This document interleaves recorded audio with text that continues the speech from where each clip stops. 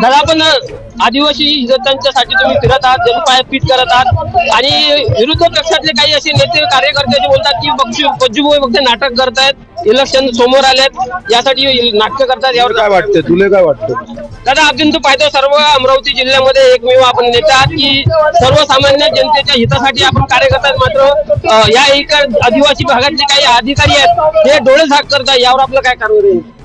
त्याच्यासाठी संघर्ष यात्रा आहे आणि इथून फक्त संघर्ष यात्रा करून थांबणार नाही, याच्यावर पूर्ण आम्ही वचक ठेवू. सध्याचे जे काही नेते आहेत भाजप पक्षातले ते डोळे झाक करत आहेत. तुमच्या एवढा मोठा संघर्ष आता टीव्हीवर पाहतात तरी पण ते चुपचाप आहेत. राजकारणाशिवाय काही समजत नाही ना त्यांना, राजकारणच करायचं असतं फक्त.